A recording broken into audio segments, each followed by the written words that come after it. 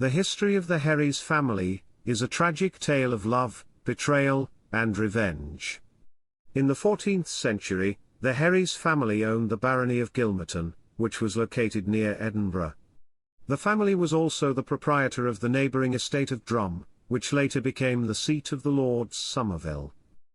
Sir John Herries was the head of the family, and he had two daughters, Margaret and Giles.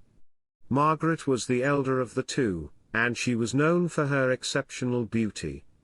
She was also a deeply religious person who spent much of her time at the Cistercian Abbey of Newbattle, which was located about 3 miles away from Gilmerton.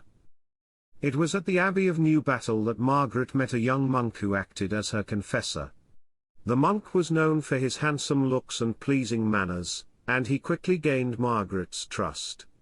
Despite his profession and reputed sanctity, the monk had a dark side, and he began a romantic relationship with Margaret. The two carried on their relationship in secret, but they were eventually discovered by Sir John Herries. Sir John was a furious and irritable man, and he was outraged by his daughter's behaviour. He threatened to kill Margaret if he ever caught her with the monk again. Despite her father's threat, Margaret continued to see the monk. She met him at a farmhouse called Gilmerton Grange, which was located on the road to Newbattle. The farmhouse was owned by a young widow of questionable character, who was also having an affair with another monk from the Abbey of Newbattle. Sir John Herries soon discovered his daughter's whereabouts, and in a fit of rage, he set fire to the farmhouse. Margaret, the two monks, and 6 other people were burned to death in the fire. The incident took place at a spot now known as Burnt Dole. Sir John Herries was excommunicated by the church, and his estate was forfeited by the king. He was forced to flee the country and live in exile.